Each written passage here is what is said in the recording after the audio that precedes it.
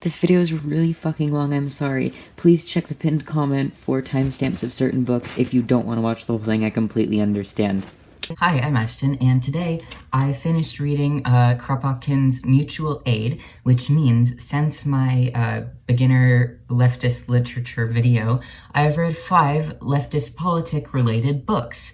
So here's my review for 5 more books. Wow. I filmed these discussions as I finished reading the books, so this is like chronological. I'm gonna cut you back to the first book that I read, which was maybe a month ago or so. So over this video, you're gonna see my hair and makeup change multiple times, as well as the setting is gonna change multiple times.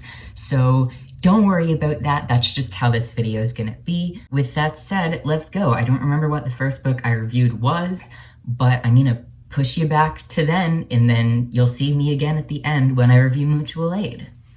I read this in one day. The day that I picked it up from the library, I just kind of sped through it. It's pretty short. It is a graphic novel style of book, which I'm not super duper into. Just realized I have my glasses on. But I do think it's like a good format for people that are maybe not so into more novel type formats. So I'm going to talk about that a bit, I guess. So in my Leftist Lit 101 Intro to Leftist Literature video, I talked about Antifa, the Anti-Fascist Handbook by Mark Bray. This is a pretty good counterpart to that. I feel like that book is too much for you. Like if it's too in-depth, if it's too difficult to read, then this I would definitely recommend. It is very well done. The art style is very consistent. All of the like history in it is accurate as far as I know. And to top it all off, the foreword is by Mark Bray, who is the guy that wrote the Anti-Fascist Handbook. Gord Hill is a native author, artist, and activist, and anti-fascist, obviously. He's indigenous to what is today called Canada, and he did this whole last book himself, and it's pretty great. I would definitely recommend it if you think that the Anti-Fascist Handbook is too much for you. That said, the Anti-Fascist Handbook definitely better outlines arguments against anti-fascism and why they're not valuable, or not necessarily not valuable, but not defensible, whereas this is more of like a very concise history. So while it does jump from place to place, it's more or less very chronological, and it's very easy to read, in my opinion. I'd say it's definitely more of like a historical overview than like in-depth, but obviously it's a graphic novel, it's not terribly long, it's not going to be super in-depth, and I am more of a like, I want to know everything person, so the Anti-Fascist Handbook was more up my alley, but this is like a very good overview if you want to know about the general arc of fascism and anti-fascism and movements alongside of it, as well as like the adaptation of, you know, the 2 flag logo and the 3 arrows and all of that stuff. That's done really well in here because it is like very visually informed, so I appreciated that. But yeah, I don't have a lot to say about this other than it's good. I liked it. If you are looking for a shorter, more like overall comprehensive history of fascism and anti-fascism, this is definitely a very good place to start. If anything, if you think you might be interested in learning more about anti-fascism, but you're not into the whole Anti-Fascist Handbook thing that I described in the other Leftist Lit video, then this would definitely also be a very good place to start, and you'll definitely get the gist of a general anti-fascist history and a lot of the movements that are inside of anti-fascism as a whole. So yeah, I guess to wrap it up, very good overview of anti-fascism and how fascism began and how anti-fascism arose as a counterpart to it. It doesn't particularly provide arguments, but it makes it very clear which side is the good side. Gord Hill has another like history comic book style thing called 500 Years of Resistance that I might read at some point if it's in the library system, but I would definitely recommend this to younger anti-fascists and to anti-fascists that maybe don't want to read like an actual book, handbook about it, right? Lots of visuals to go along with the text. You could probably get a pretty good feeling of anti-fascism as a whole without even reading in depth like every single page. So yeah, would recommend for people that prefer a lighter read, people that like the format of graphic novels. Yeah, cool. Next. The next book I want to talk about is This Changes Everything, Capitalism versus the Climate by Naomi Klein. This book is so good. So usually when I talk about a book, I like to have it with me so I can like show you and kind of toss it around as I talk about it. I don't even know. But because I am a big goof, I turned it in to the library just before filming this video, knowing that I was going to be talking about the very book that I was turning in. I just didn't think about it. Regardless, I want to talk about This Changes Everything, Capitalism versus the Climate. Very fucking good book. I definitely have a lot of thoughts on this. It's quite a long book. It's probably one of the longer books that I've read this year, but I got through it and I'm proud of myself. It took me a month, which is a very long time to read a book, but to my credit, I have been so busy. I've written so many things this month. I've had a lot of schoolwork. I'm in 17 credit hours, so I'm living the life. On top of that, it can be a very demoralizing book. Talking about climate change in general is pretty terrifying, and looking at it in the sense of, hey, this will not change unless our economic structure changes is even more terrifying, because to a lot of people, big economic change is very scary, which I get because it is a radical change. But if you care about the climate, then like, we kind of don't have another option. And this book does a really, really good job of outlining that. So I've read my fair share of like journal articles and watched my fair share of videos / documentaries on climate change as a whole. And I've always kind of known, like for myself, that capitalism and climate like health cannot coexist. But this book was like a big fucking confirmation of that. If you're a leftist and you care about the environment at all, which I would argue that you should, then this is a book that you definitely need to fucking read. I would say, especially if you're a centrist and you're like more on the edge of, you don't know how you feel about capitalism, you should definitely read this, because it very much confirmed my beliefs of like, capitalism is harming the climate. Like, we can't argue against that at this point. There's just too much that proves that it's true. Before I continue like praising this book, I do want to say that I wish Klein had talked a bit more about the military budget, because the US and its military Department of Defense has such a huge impact on the climate, from like uranium depletion to just pollution and Agent Orange and a bunch of different things in a bunch of different countries. But the US military and US imperialism and imperialism in general are very, very bad for the climate. But Klein focused more on the corporate aspect and aspects of resistance through the past. I would have appreciated more about imperialism and its impact on the climate, but I do understand that this book was very much about capitalism and its impact. However, I do believe that capitalism and imperialism intertwine in ways that we can't really pull them apart if we are trying to effectively dismantle the way that capitalism impacts the climate. Other than that, though, I really, really do think this is an all-around incredible read. It is long. If you feel like you will get discouraged about the state of the world while reading it, I'm not gonna lie, you probably will, but there are a lot of like positive reinforcement messages in there, and it's a good way to learn about things that are already being done and kind of gets you thinking about how you can get involved more for yourself. Another thing that I really appreciated was that it talked a lot about Indigenous resistance. The author herself is white, I'm like 99% sure about that, but she talked to a plethora of Indigenous leaders and Indigenous protesters and Indigenous people in general in the creation of this book, and they weren't mentioned as just like a passing glance. Like, Native resistance is one of the core aspects of this book that is like one of its main points. I appreciated that Native resistance wasn't just like isolated within a chapter. Like, there was a whole chapter about it, but even outside of that chapter, Klein would bring in aspects of things that they've done in the past, things that they are doing now, how pipelines affect their homes, and environmental racism, and aspects of climate and capitalism that impact Indigenous people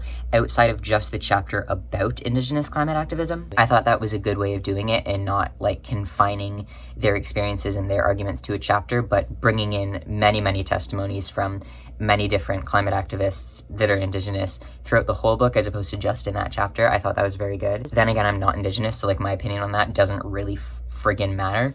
I have not seen any Indigenous criticism of this book, but I also haven't seen any Indigenous praise of this book. That said, I haven't seen praise of this book at all, really. Klein talks a little bit about Rachel Carson's... God, what's that book by Rachel Carson? I should know this. Silent Spring, right? Is it Silent Spring? I think it's Silent Spring. She talks a bit about Rachel Carson's book, which I'm pretty sure is called Silent Spring, and how it was like a game changer when it came to climate. I wish this book could do the same thing. I wish this book got the media hype and the popularity that Silent Spring got. I have not read Silent Spring. I've read bits of it, but I know the general consensus is like, hey, the climate's changing and like humans are fucking it up. But I wish that like books today could get to the same level as they could back when Silent Spring was released, just because it became such a phenomenon and like it sparked, you know, movements that changed laws. I wish that we could do that today.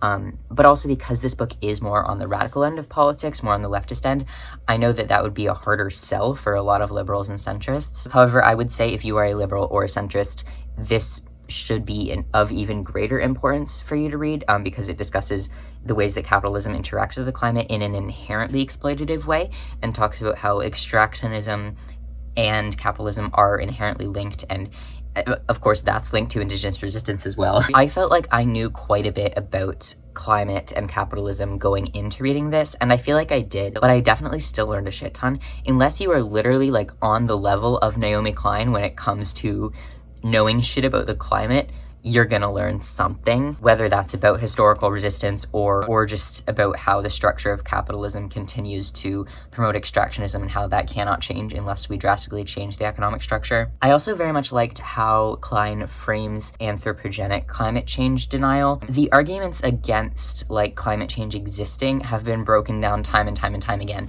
and I don't think that's necessarily something that needs to continue because of the way that Naomi explained it. She goes into not only how those claims are often based on misinformation or like misrepresented statistics, but they're also like difficult minds to change because people that don't believe in climate change at this point probably are invested in not believing it. So politicians are very, very often paid off by companies that extract resources from the earth, you know, make money out of pollution. People aren't going to change their minds if they don't want to. If people aren't open to thinking about the way that our economic structure plays into climate change, they're not going to think about it, because sometimes it can be like a waste of time, a waste of energy to try to argue about this and bring it up in a space where you know people aren't going to care. You know that minds won't be changed because those people are being paid off. She talks a lot about like people that are paid off and the ways that that happens and why that happens and how it plays back into itself. Complex ways, in ways that I really cannot describe in a short review like this. What I also liked is that this book did give me hope in the sense of she actually discussed quite a few solutions,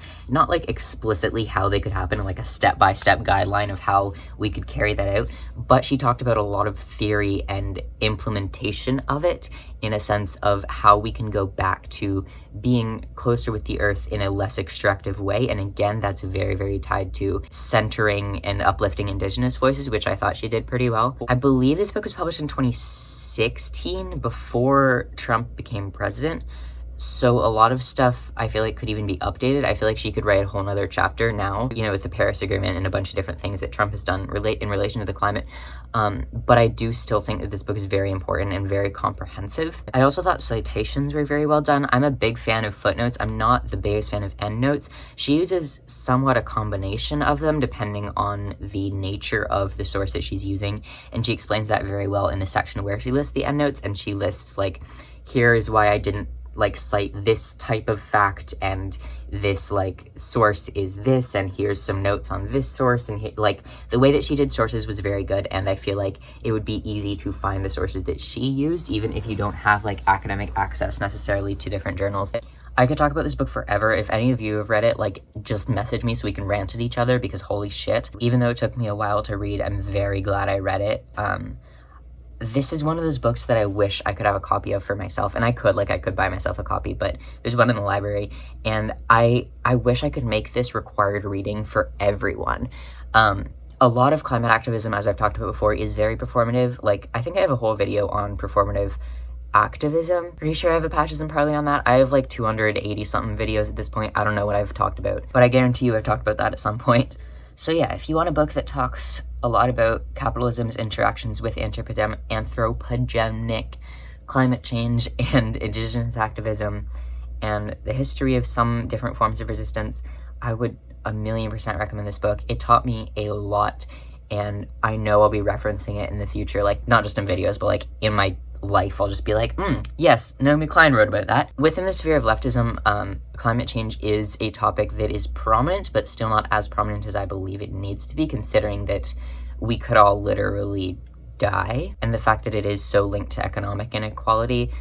She talks a lot about that too, which I don't even have the time to get into. I've been talking for 15 minutes about this book already, so I hope this section of this video isn't too long, but it's very, very good. Would very much recommend.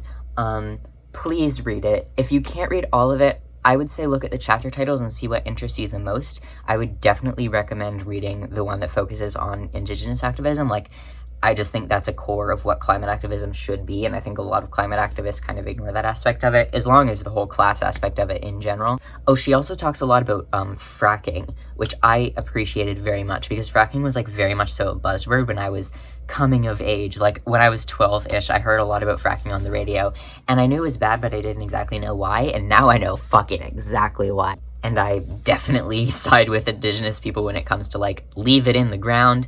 That's a big thing that she emphasized throughout the book, and I thought that was very important too. Okay, but I actually have to stop talking about this or I'll just keep rambling forever. So, Naomi Klein's This Changes Everything, Capitalism versus the Climate, very much would recommend. Please read it if you have access to it and if you think you can. I don't know if it comes in an audiobook because I don't listen to audiobooks, because the biggest platform for that is Audible, and that's through Amazon. If I ever get offered sponsorship by Audible and I take it, please guillotine me. But I'm not going to blame anyone else for using Audible if it makes books more accessible to you. Like, that is so cool and so good. So I don't know if there's an audiobook version of it. I know it doesn't exist online. You know, it's a very like well-researched and well-written book, and Klein does deserve compensation for writing it, obviously.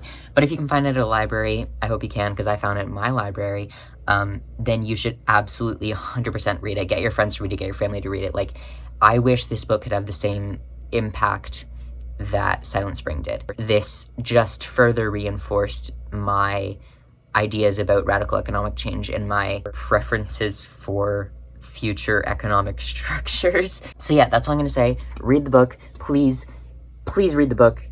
That is all.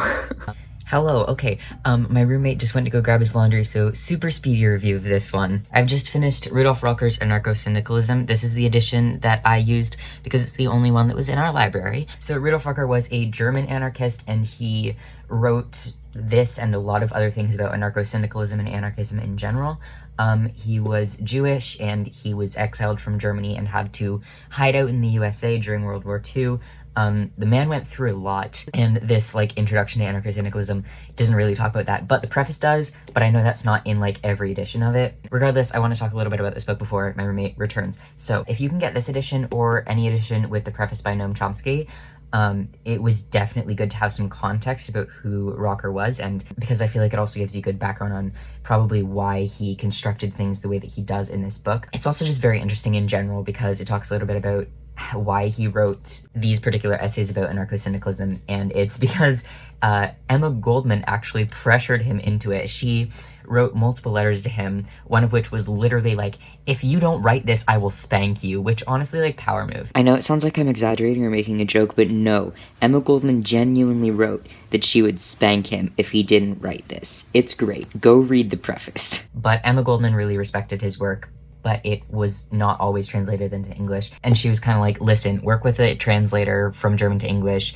like, please, I need a good English translation of your work on anarcho-syndicalism. So that's what he did, and this is how that kind of came about in a very short explanation. I would say that along with Emma Goldman's On Anarchism, the essay, the first chapter of this is a very good introduction to anarchism. If you're newer to the concept or the ideas of leftism as a whole, this is a good introduction to that. So even if you're only trying to figure out where you lie on the political spectrum, this is a good thing to look at for anarchism as a whole, as well as Emma Goldman. This edition and these essays particularly were intended for wider public reading. A few like notes that I do have about how you, I guess, would most effectively read this is a lot of it discusses like the modern labor movement and things that were happening at the time. So I do think that the preface and introduction are like almost necessary to be able to read this in the way that it was intended to be read. Like when you read this today and you see modern labor movement,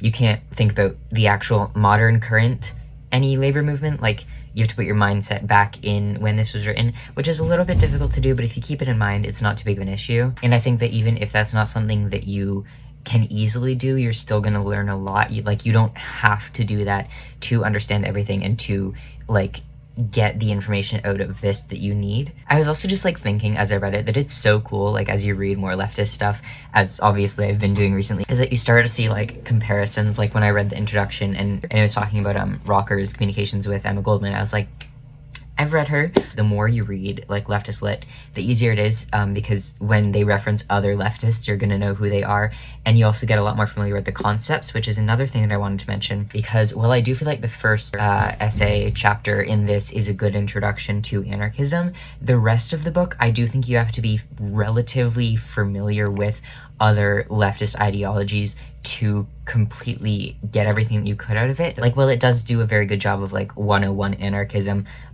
communism, socialism, democratic socialism, even just capitalism. Those things aren't really, like, explained as in-depth as anarcho-syndicalism itself is, because that's what this book is about, which I get, I totally understand that. But it is useful to know at least a basic explanation of all of those things before you read this, because I don't think someone that doesn't know what those things are is going to understand, like, every last comparison in this book. Does that make sense? I also think it's quite funny how many counter-arguments that he addressed in this collection of essays that are still thrown around today about anarchism. I just thought that was interesting, and I don't want to really get in depth. It's not like a book I could spoil, really. It's theory, but, like, it was interesting to me. Sorry I've cut, like, 3 times, but my roommate's actually gone now, so I can, like, slow down.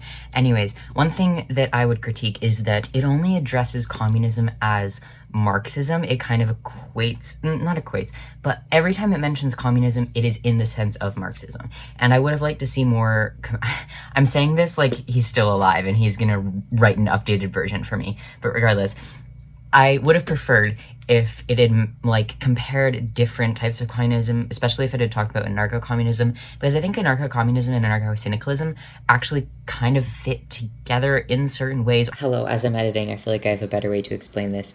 Anarcho-syndicalism is almost like a subset of anarcho-communism, because syndicalism is, like, I guess, a subsection of communism in a way. It is a communist ideology or a way of organizing communism, and anarcho-communism and anarcho-syndicalism are both anarcho-communism, but anarcho-communism is not always anarcho-syndicalism, because communism isn't always organized as, or, you know, done as syndicalism. So when Rocker references communism, it's nearly always state communism and Marxism, and he doesn't take into account the fact that communism is not always state communism. However, he very much portrays communism as, like, one ideology, just communism, as if there's not like ML stuff or Trotskyism or anarcho-communism or council communism or anything along those lines. Like, it's very much portrayed as just communism, which, like, I get because this book is about anarcho-syndicalism. It's not about communism, so maybe I'm being too specific because this is just about anarcho-syndicalism, but regardless, it was kind of portrayed as a monolith, whereas anarchy is with syndicalism as a way of structuring syndicalism. But regardless, I thought that discussion was really interesting, using anarchy as, like, a modifier to different economic structures. There was also actually quite a bit of, like, history and discussion of working class struggle in this book in the context of the time that it was published, like the original edition, not this one that I have. It talked a lot about syndicalist movements in France as well as in Spain/Catalonia. I'm not a big giant history person. It doesn't interest me as much as, like, other topics do in general, but I was interested in it, and because this is, like, shorter and pretty concise, it doesn't go, like, super in-depth about, like, every last date of every strike that happened, I was definitely able to, like, absorb some things from it, and I thought that was cool. The last thing that I appreciated and thought this book does well, or collection of essays, I don't know if you want to call it a book, I guess it's a book, whatever. I think it's either the last essay or the second to last essay that discusses different forms of protest and different ways that the working class can rebel, not just through, like, general strikes, but with different forms of sabotage and sit-ins and stuff along those lines. It goes through a bunch of different ways that the working class can do that, which I think is interesting and definitely a good thing to talk about when you're discussing anarcho-syndicalism, because it is so, like, worker-based. Even though I had to do this in, like, 3 different cuts, I think I said everything that I wanted to say about this book. Overall, I would definitely recommend it if you are interested at all in anarcho-syndicalism, or I would also recommend just reading the first essay if you want an introduction to either anarchism or anarcho-syndicalism, or obviously both, because it does kind of talk about both. But yeah, the first essay in this is a very good Anarcho-Syndicalism 101, and then beyond that it gets a bit more in depth, which I appreciated, but if you just want to read the first essay, I do think that's definitely a very good start when it comes to anarcho-syndicalism. Take a shot every time I say syndicalism, I know, but anarcho-syndicalism is an ideology that's interested me for a very long time, and I don't entirely know how I describe myself yet. I know I'm a radical leftist, like that I've established, I think, But anarcho-syndicalism is something that appeals to me as well as anarcho-communism, which is kind of why I was talking about I'd like to see more comparisons between the two. Maybe I'll have to write a book, I don't know. But yeah, that's who I would recommend this book for. It's a good time. If you want to read it, I'd say read it. I don't think you're going to be disappointed. You're probably going to get what you're looking for. I know a lot of people complain about leftist texts being like very academia heavy and like kind of not uppity, but like not pretentious either. I don't know the word for it, but you know, too academic, too hard to read. Because this was written particularly for like widespread distribution, even though it didn't get as popular as some other, you know, world-changing books or whatever, I do think that the fact that this was written for a more common audience does make it easier to read, and even when you don't understand certain concepts, it's definitely not a difficult thing to research. So yeah, Rudolf Rockers' Anarchosyndicalism, collection of essays, very good. Would recommend. On to Ashton in like a week. I'm going out with a friend for tea who's also trans, and I was like, am I gonna get misgendered? Yes. But am I gonna look hot doing it? Also yes. Today is the 4th book that I've read for my 5 recent leftist reads. Give me a moment. V for Vendetta. So you may or may not know of my love for V for Vendetta. I have watched the movie probably at least 7 times now. I actually have a video essay from maybe 8-ish months ago on my favorite scene from the movie V for Vendetta. It's about 10 minutes. I'm not going to say you should go watch it because it was copyright claimed by whoever the heck owns the V for Vendetta movie, which is good and fun and cool. V would not approve, but like, my point is, I love V for Vendetta the movie. I have it at home on my desk, but I didn't bring it here because I like don't have a DVD player. It would be kind of pointless. But I love V for Vendetta the movie. I've been meaning to read the graphic novel for quite some time, and I finally got around to it. And I'm counting it as like a leftist read because it is. If you've seen the movie but haven't read the book, I'll talk about it a bit more, but this is definitely more explicitly anarchist and explicitly anti-fascist than the movie is. So V for Vendetta is by Alan Moore. It was illustrated by David Lloyd, and it was originally published in 10 installments in 3 kind of like chapters, but this is just like all of them put together in a single book for anyone's consumption, and it also includes some like concept sketches and essays and like little one-offs of V for Vendetta in the back, which is pretty cool. Most of my thoughts about this are like in comparison to the movie, and I'm gonna try not to spoil anything, so I'm gonna say stuff that's like mostly vague, because if you haven't seen the movie,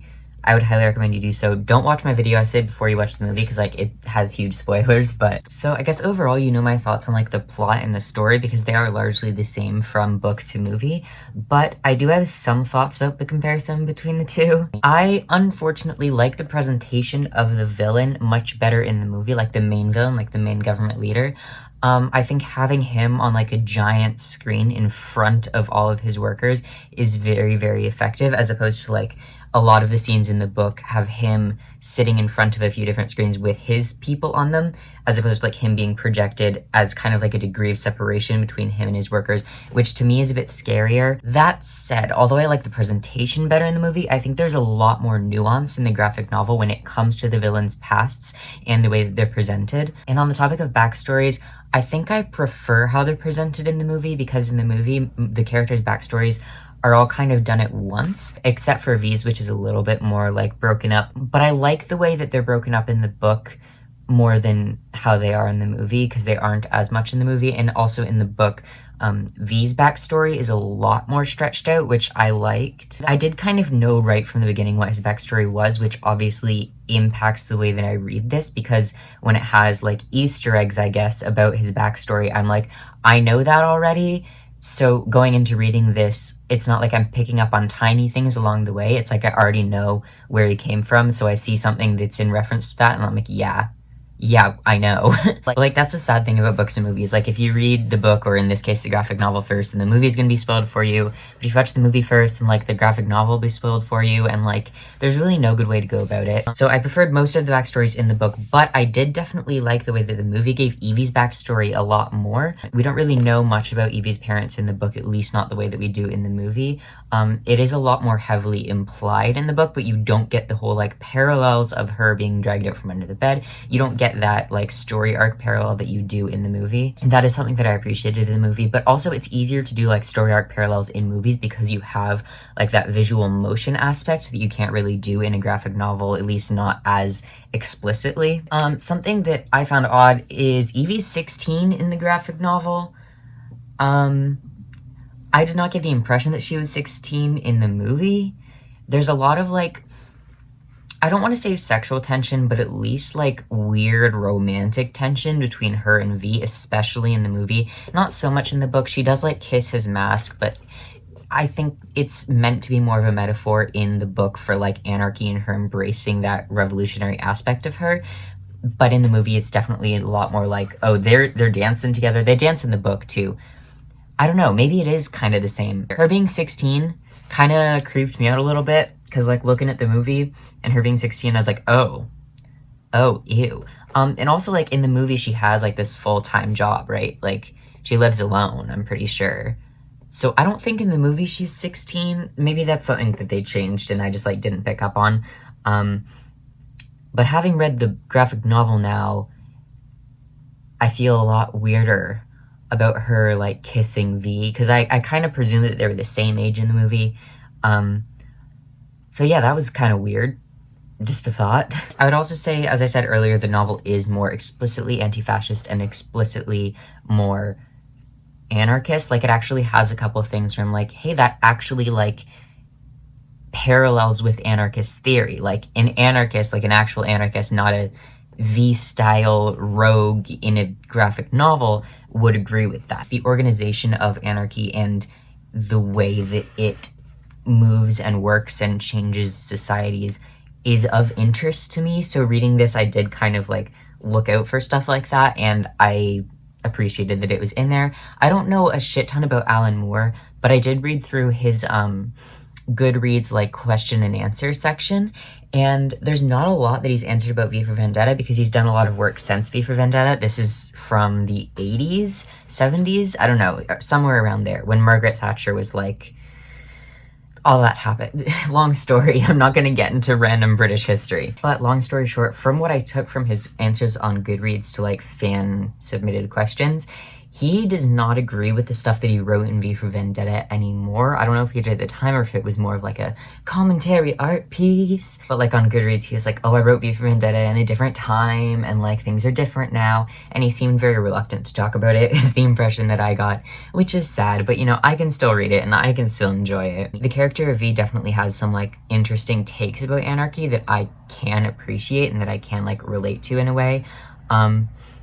One of the things that I like, I can't remember what page it was on, and I didn't bookmark it or anything, but there's a part where Evie's like, is this the chaos that you wanted? And V's like, anarchy doesn't mean chaos, Evie, and like kind of goes into what anarchy actually is, and I was like, oh, okay, so you do know what anarchy is. I felt like the movie very much presented an aesthetic of anarchy, but didn't actually talk about what anarchy actually is and how it's actually accomplished and what it means in the long run, whereas the book like referenced that a little bit. If you've read Anarchist Theory, you would probably catch it, but I don't know that someone just reading this for pleasure would.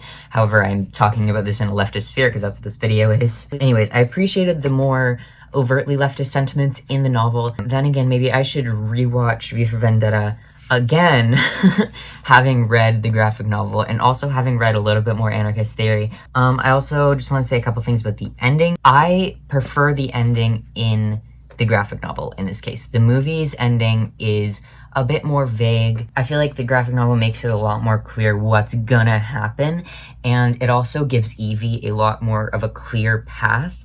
I don't want to spoil it, but it's very good, and I liked it a lot. And if you've seen the movie, just know that Evie does a thing that she doesn't do in the movie.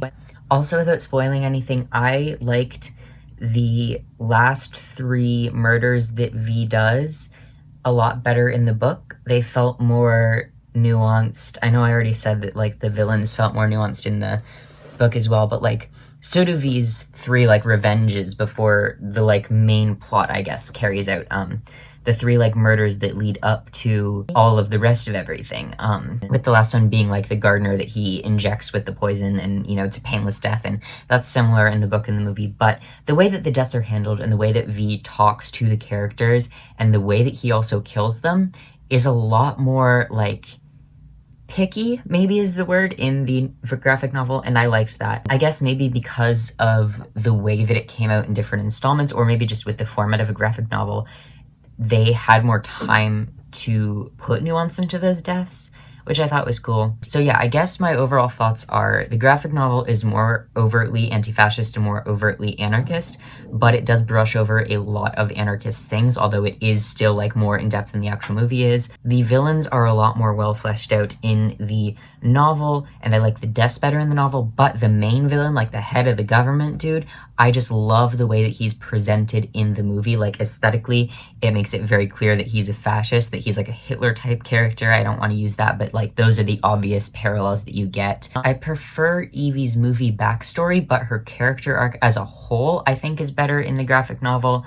And the aesthetics, like, they're just not very comparable. Like, it's difficult to compare the visuals that you get in a graphic novel versus in a movie, so I'm not going to compare them. Like, they're just two different experiences. You gotta do both of them. And finally, also to the graphic novel's credit, it did make my heart beat fast. Like, I thought, having watched the movie like 7 or 8 or however many times now, I'd be like, I know what's gonna happen, I know the story.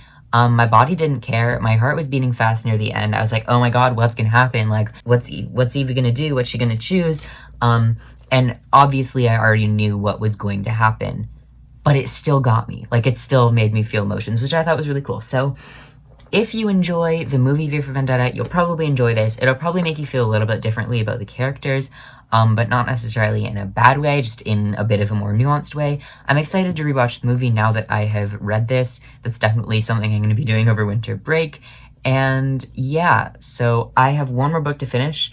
I'm about a quarter of the way through Mutual Aid by Kropotkin, so that'll be the next thing that you see me talking about.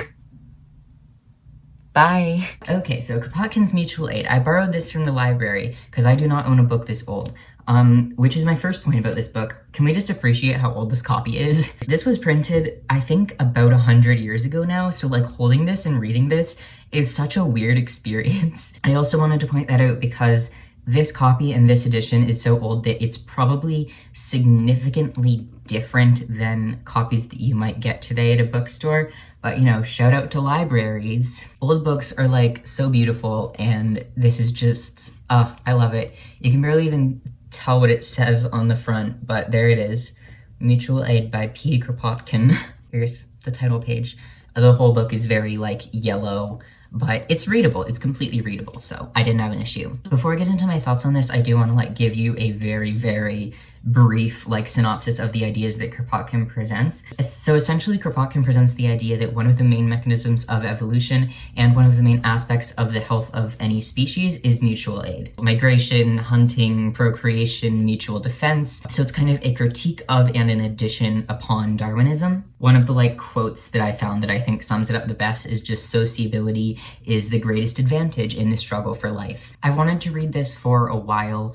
Kropotkin is obviously like a leftist thought man that a lot of people have read, and I do want to read Conquest of Bread. I feel like I maybe should have read Conquest of Bread before I read Mutual Aid, but here I am, I've already read Mutual Aid, like it's not an issue. When I go back to school, I'm going to request Conquest of Bread at the library and hopefully get that read at some point soon in the future. I don't know if this would have been easier for me to read if I'd read Conquest of Bread beforehand, but it wasn't that bad, I guess, so I didn't have too much of an issue with it at all. I'm just gonna go through the notes that I took as I read this and talk about some of the things that I liked, some of the things I didn't like. I know I tried not to like spoil V for Vendetta and stuff, but this is like not a spoiler book. Like it's just like a bunch of theses and evolution-y things, so like it's not really something I can spoil for you. It's just political philosophy. Something that I found just really amusing, especially in the first couple chapters, is a few times Kropotkin literally said things like, I can't go into detail, and then he went into detail anyway. When it comes to like mutual aid within different species, he would say things like, and I quote, I must refrain from entering here into more details, and I dare not even enter upon in this place. And then he would just continue and give you more details anyway, so like, I don't know what's up with that. Then again, I like very much relate to that. Like, I've definitely in videos before said, oh, I won't elaborate on that, and then I elaborate anyway. So like, Kropotkin's writing is very relatable. I just found that kind of amusing. I'm not trying to like critique his writing style. It's just something that I noticed happen like more than a couple times. Before I get into more like specific things, I do want to say that I really, really like the structure of this book. So the way that it is like done in chapters, it starts out with talking about mutual aid in animal populations and within like the biosphere as a whole, and like birds in general, mammals in general, and it talks about a couple specific species of each thing. And then from there it goes into like archaic humans, how we used mutual aid when we were still evolving. Then it goes into what he calls barbarians and savages, which I will talk about in a little bit. But so it kind of goes like triangular, where he starts with like animals as a whole and then goes into more and more specific aspects of humanity, which I like. It made it very easy for me to read. He starts talking about the idea of mutual aid as like a naturalism biology thing, and then starts applying it to human societies and human communes and villages, and even like down to very specific examples, which worked really well in my head. I really like that structure. It's probably going to be different for everybody, but if that sounds like something that would be easy for you to read, then that might be good. Something that you might want to keep in mind, depending on the edition that you have, is you might want to keep your phone on hand while you read this. There are a couple times that he used like, is it Latin names? I don't know, scientific names for species, when I was like, I don't know what the fuck that is. Thanks. I had to look a couple things up. And then he also used a couple French phrases, and I could like roughly translate it in my head because I know enough French to do that. But it wasn't anything like c'est la vie, so there should have been like a translation in the footnotes, and there just wasn't. There might be in more recent copies, but this thing's a fossil, so I would have had to look it up had I not known what it meant, because I know enough French to like context clue it out. There could be translations in like newer editions. There probably are, but if you're reading something like this, that's just something to keep in mind, that the footnotes aren't as helpful as they might be in a more modern version. Speaking of the footnotes, I'm not a fan of how much they look like the normal text. Once I kind of began autopilot reading, I would like go from the normal text of the pages straight into the footnotes, which you shouldn't do. Like, that's not how you read footnotes. You read them like either when they come up or like after a chapter. It depends how you read, how you do want to read footnotes, but anyways, the way that the footnotes are printed in this, possibly again because it's old, it just makes it difficult to like read without automatically wanting to read the footnotes at the end of a page, which isn't how you should read them. A lot of the times footnotes will have like a substantial break or a line in other books, but this, the font size is just so similar in the footnotes, and it's so close to the actual text that sometimes I just kept reading and I was like, wait, this is a footnote that doesn't make any sense with what I was reading before, because that's not where the footnote was. Yeah, like this, see? On this page, that's a footnote and that's the actual text. So it looks like it just continues, and it doesn't. That's not how you should read it. But my brain kept doing that, and I was like, no, you go to the next page. So that was something that annoyed me. But again, it's probably not like that in newer editions. I just suffered because this is old. A line of discussion within this that I really appreciated was kind of the discussion of mutual aid when it comes to disability. I've seen so many ableist arguments based upon Darwinism or informed by Darwinism, even if it's not like explicitly mentioned. So reading this, where he's like, you know, in dialogue with Darwinism, and seeing the parts about disability, I was like, oh yeah, cool, good time. You know, people will make like disability arguments like, oh, just disabled people shouldn't get government aid or like communal aid because, you know, if we were just living in like a wild society in the natural world, like disabled people would just die. So like you're lucky with what you have. You know, I'm sure you've seen the kind of arguments that I'm talking about, but Kropotkin's analysis of animal societies and earlier human societies points out that mutual aid oftentimes helped disabled individuals, and like Darwinism might teach you that if you're blind in the wild, you'll just fucking die. But Kropotkin kind of points out that that's not necessarily true, and he points out multiple animal species where organisms were helped by their community. I specifically say blind because he pointed out multiple different populations where behaviors were observed where animals would help like their blind elders or their elders in general or other organisms with disabilities. So that was really cool. I feel like disabled people are oftentimes a group that is kind of left out of leftist discussion, and you'll find that is very true if you are disabled. And a lot of disabled people have talked about that as an issue within leftism. So the fact that this is such like an old book that is considered like leftist literature explicitly brings up like, hey, disabled animals, like other animals, help them. They're not just left to die all the time. On the completely other end of the spectrum, the racism sucks. Like, I know it was more normal over 100 years ago, but the fact that he calls like a bunch of different native societies savages just really rubs me the wrong way. It wasn't like always the worst thing in the world, because he does later in the book put civilized in quotes as kind of an implication that, or as he calls them, like societies outside of Caucasia are also oftentimes civil societies. Like, it's not just white people that had civilizations. So he does imply that, but the casual use of words like savages, not a big fan, made me pretty uncomfortable, and I'm white, so I can't even imagine like a native person reading this and being like, wow, ew, thanks. That might be something that's edited in newer versions, or it might not be, because I know a lot of the times they try to like preserve the original author's intent in all the ways, even when they're racist. Something that I didn't like entirely about the writing style is that sometimes like one paragraph would span like 2 whole pages. Some people are okay with that. I mean, I read it. It's not the worst thing in the world, but it's definitely not my favorite writing style. So I read this book, obviously, maybe not obviously, but I guess obviously to me, for the political aspect of it. Like, for the leftist side of it, I didn't really care about the biology going into it, but it was definitely an interesting like perspective outside of Darwinism, because in school, you know, Darwinism is like the only aspect really of evolution that I was ever taught. So seeing a critique of it that's, you know, old and like well respected and pretty well like researched is really interesting. Anyways, to talk about the way that he expands the discussion of mutual aid from biology to human societies, that's the part that I was into. So he discussed modern communes, which obviously modern like at the time of this being written, so not today. Communes in Switzerland, France, Germany, and Russia. He also discusses villages in Africa, in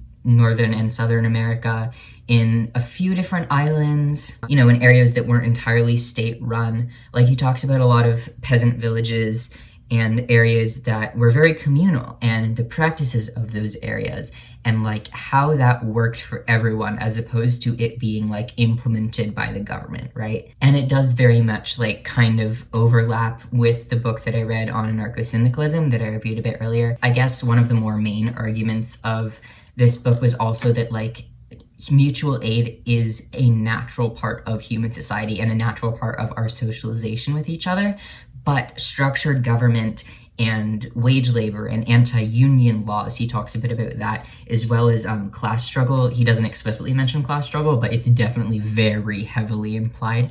All of those things break down our capacity for mutual aid, and all of those things hurt our general community and general well-being and health of humans. I do wish it was expanded upon more, how like government systems break down our natural desire for mutual aid, but he talks about how like the progression from more anarchist societies into more governed societies like takes away our predisposition to helping each other, because when societies become more individualized, we are taught to care less about others, because it's like, you know, fight for yourself, every man for himself. That's kind of what's implemented in a lot of individualist societies. So seeing his perspective on that as like, that's on purpose is interesting. Okay, my last point about this book, because my legs are getting numb and it's the last thing that I wrote down, is that he only talks about ethics in the conclusion, which made me sad, because I love ethics. I'm taking a philosophy course on ethics next semester, and I'm so excited to write about communism. But on page 222, which is in the conclusionary chapter, he touches on a little bit about like our constructions of ethics and how that's based on mutual aid oftentimes, and like love and empathy. And God, I wish there was a whole chapter on that, because the construction of ethics and like the way that humans interact with ethics is really interesting to me, and I could totally see like an entire chapter being written about mutual aid and its application within ethics. But no, it was just like mentioned in the conclusion, and like, come on, write another chapter, I'm begging you. Yeah, I wish that was talked about more. And it was odd to me that it was mentioned in the conclusion, but there was nothing like expansively written about it in the actual chapters. I don't know. Anyways, I'm done. That is my discussion about mutual aid, and the 4 previous clips that you saw were my discussions of the other 4 leftist books that I've read in the past couple months. I hope that you enjoyed this video. It was probably a bit of a long one because I have like 5 different clips and it's going to take me forever to edit, so I hope you appreciate it. When I did my beginner leftist reading guide, even though like not a lot of people watched, the people that did watch it seemed to really enjoy it, so I hope that those same people are also like here keeping up with my leftist reading habits. Also, as of right now, which is the 17th, what day is today? Yeah, the 17th. I have read 7 more leftist books this year, which is quite a few. No, Mutual Aid was the 28th book I've read this year, so I only have a couple left to go before I hit my 30-book goal, which is cool. Let me know what you've read recently, especially if it is a leftist book, because I'd love to add it to my ever-growing list of things that I want to read. If you want me to do this type of video again, or like every few months, catch you up on the things that I've been reading recently, especially leftist and or trans-related things, although I know for trans-related things I often do entire videos dedicated to trans books, which I'm going to keep doing, and my next 2 reads are both trans books, so get ready for some trans book reads. So yeah, goodbye. I hope that you enjoyed my analyses of 5 new books that I've read. Well, old books, but books that are new to me. And I will talk to you later, maybe.